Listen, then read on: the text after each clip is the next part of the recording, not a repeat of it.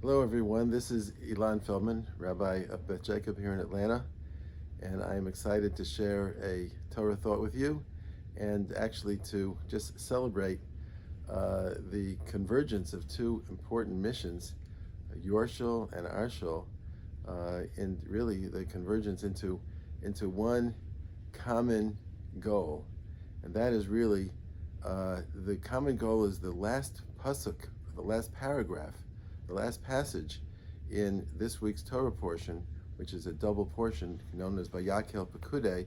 It's the last installment of the weekly Torah readings of the book of Exodus, the book of Shmos, and it concludes with the description, a very dramatic description if you think about it, because it's the first time in history that God comes to live with human beings.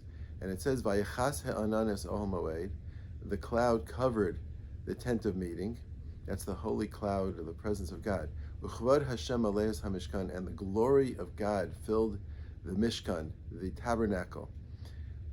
To the point that, says the passage, V'lo yachol Moshe lavo el ohel moed, Moshe could not enter because ki shachan alav ha'anan, because the cloud had settled on it. Uchvod Hashem aleis hamishkan, and the glory of God filled the tabernacle. Moshe couldn't go in. Uvehalos ha'anan me'al mishkan, and then when the cloud lifted up as a sign to the children of Israel from the Mishkan, Yis'u b'nei Israel, they would travel, b'chol ma'aseihem, in all their travels. First thing that would happen was the cloud would say, time to go. It would lift up as a signal to all points, and then everybody would gather up and follow. V'im lo ya'eleh ha'anan, if the cloud wouldn't go up, v'lo yis'u ad ha'yam ha'alaso, they wouldn't travel. They were following God, wherever God led them. For the last passage, for the cloud of God was on the Mishkan, on the tabernacle all day, and there was a fire at night, le'enei chol beis Yisrael b'chol ma'aseihem, to the eyes, before the eyes of all of the house of Israel and all of their travels. So that's really a dramatic conclusion of Exodus, freedom from Egypt, which we're going to celebrate, of course, with Pesach, and the end of that freedom journey concludes with inviting God in.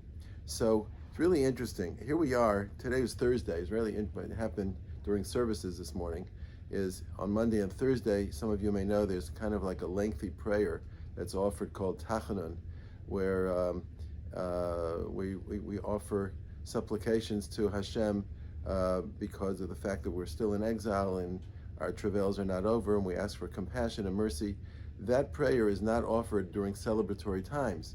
So it occurred to me today that this is the last time we're going to offer it until over a month from now, because tomorrow is the last weekday of the month of Adar. Shabbos is the last day, but it's a holy day. And then Sunday is Rosh Chodesh. It's the beginning of the month of Nisan. The beginning of the month of Nisan signifies a whole month of celebration. It's not just Passover, which is on the 15th of Nisan. It's the whole month is a celebratory month. One of the reasons is because of what we read about this Shabbos in the portion, which is it was the first day of the month of Nisan when the cloud of glory came to dwell on the tabernacle. And so we celebrate Nisan not only because Pesach is coming, redemption is coming, freedom is coming, our relationship with Hashem is developing. Again, we're reliving that and experiencing that anew. It's not just that. It's also the month of Nisan itself has sanctity because it represents the month when human beings successfully invited God in. You know, it's like I just watched the videotape of the Martian Perseverance rover landing on Mars, an amazing experience.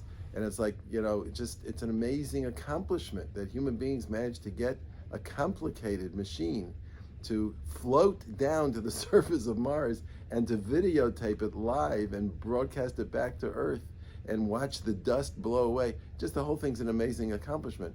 This is an amazing accomplishment. We take it for granted because we're after the fact. But the fact is that no human beings had ever successfully found a way to properly welcome God to almost physically dwell in their midst. That's what happened with the Mishkan.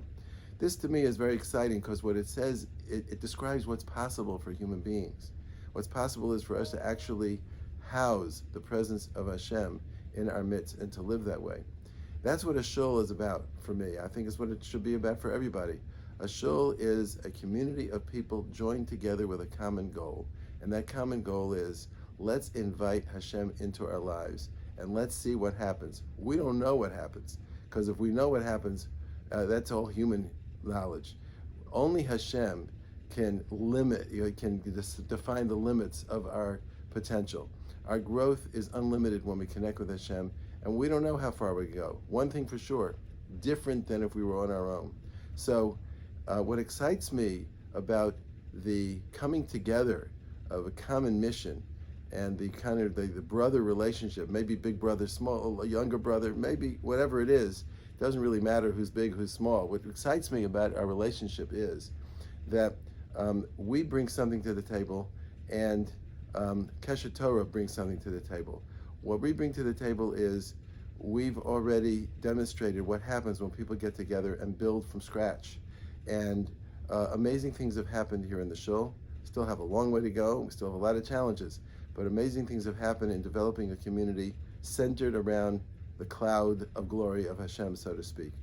And at the same time, there's a freshness and an excitement when you are birthing another community that's centered around Hashem, and we need that. And so we're really excited to be able to learn from and to share with the people in Kesher Torah, and to see what kind of a difference we can make in connecting. I'm great friends and with Rabbi Werben. I think the world of him. I know he respects me, so it's great. It's a love fest right there. And at the same time, we welcome your involvement whenever possible in anything that we do over here. We hope to be able to share some of our resources with you in terms of mostly our best resources at lay people who are wonderful, knowledgeable, and inspired people. As time goes on, we're going to develop more and more ideas of connecting one to the other. So we're looking forward to this. But the goal is to bring the cloud of glory down into Atlanta, Georgia, everywhere, so that it's unavoidable. And so we can continue to travel forward in life following the path of Hashem.